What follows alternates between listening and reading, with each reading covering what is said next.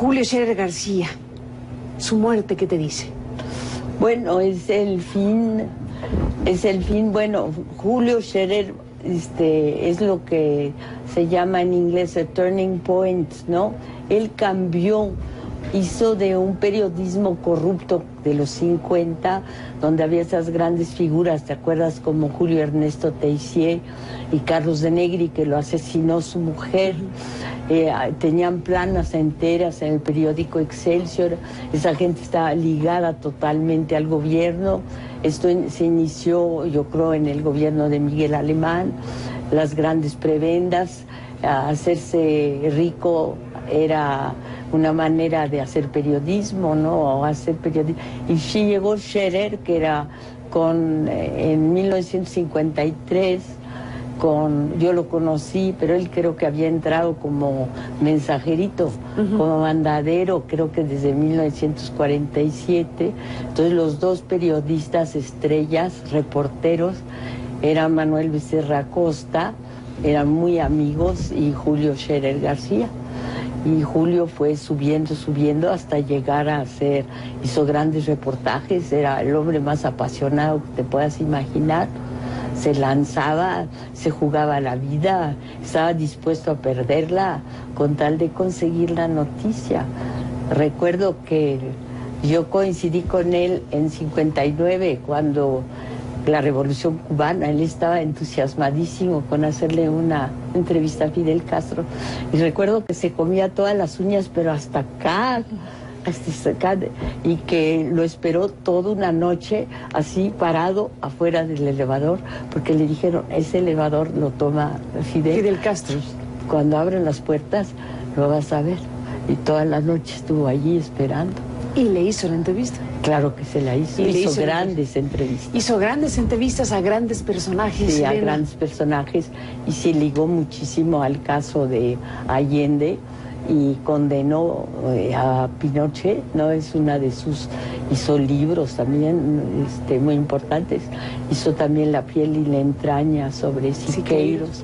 Iba a Lecumberri a oírlo, a recoger todo lo que decía Siqueiros. Y bueno, además era un trabajador incansable. Javier Sicilia, gracias por estar aquí esta noche para hablar de don Julio, para hablar de esta muerte. Bienvenido. Al contrario, gracias, Carmen, y qué gusto que esté Elena, y un gran beso para las dos. Aquí estamos, pues con estas tristezas de las que ya diste cuenta al inicio del programa, ¿no? La masacre en Francia y el caso de don Julio Scherer, una muerte pues que nos deja más solos, ¿no? Y además con un mes de distancia de la muerte de Vicente Leñero, ¿no? Dos grandes periodistas. Creo que Elena ha marcado muy bien la importancia de Julio Scherer en el periodismo, su pasión por la verdad, su pasión por la honestidad, su pasión por el decirle a la sociedad y a la gente de qué estaba sucediendo, qué está sucediendo en el país. Cambió, hizo la diferencia absoluta, lo dijo muy bien Elena. Hizo algo más, ¿no? Generó un gran periodismo de investigación. Y él mismo, que no era un periodista puro, tenía estudios de Derecho y de Filosofía, y era un apasionado lector de literatura, llevó también el tema literario, la manera de la escritura. Yo siempre he comparado esta sencillez al estilo de Hemingway al propio periodismo, ¿no? Él lo hizo una característica, marcó un sello muy particular en la prosa periodística de don Julio, que pues podemos verlo a lo largo de sus 22 libros y de todos sus reportajes que escribió y que no están recogidos en libros, y de sus entrevistas. Entonces, en todos los sentidos, ha sido un hombre fundamental. Yo creo que tú tendrías que decir muchísimo en este caso, porque tú eres una de las grandes personajes de esta libertad de prensa, de esta denuncia a las corrupciones y a las oscuridades del poder. Es decir, sobre Julio Scherer, ¿no? Creo que nos ha dado unas lecciones y un legado inmenso en relación a la libertad de prensa y a la lucha y a la imparcialidad. Estos encuentros entre Vicente Leñero, don Enrique Maza, don Julio Scherer y tú, y el tema de la muerte para estas personas fundamentales en el periodismo, la cultura, la vida pública mexicana. Termina de contarnos esta historia, Javier. Sí, y bueno, era fascinante ver este hombre reconciliado, absolutamente una fe profunda como fue Vicente, no muy esperanzado en la resurrección y muy temeroso del dolor, ¿no? Les decía, yo temo el dolor, no la muerte. Y don Julio dice, a mí no me interesa el desenlace de la muerte, no, voy a luchar contra ella. Así luchó hasta el final. Y su desenlace dice, no lo sé ni me importa, era un hombre de un profundo vitalismo, de un profundo sentido del estar aquí.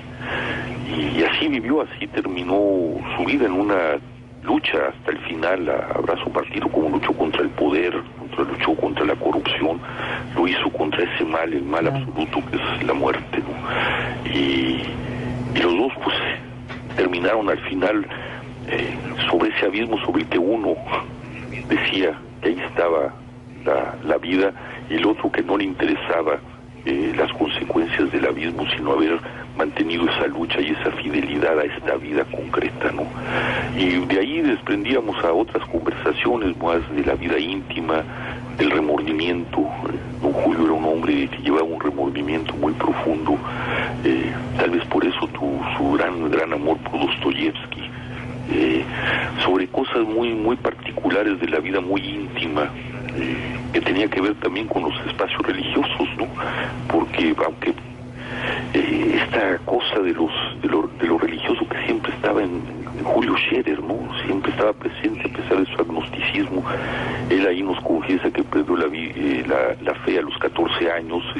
Cuento una anécdota que algún día contaré por qué razones, y tenía que ver con cuestiones de la moral sexual muy de su época, muy de los católicos. Pues nos vamos con el dolor de la pérdida de un hombre limpio en un país sucio, y de un hombre que va a hacer una falta tremenda, y un hombre que abrió la puerta cuando él tuvo la posibilidad, abrió la puerta a todo lo que es bueno de mí. ¿Empieza la leyenda? No, yo creo que no lo vamos a convertir ahorita en santo, pero sí empieza la pérdida, que es tremenda.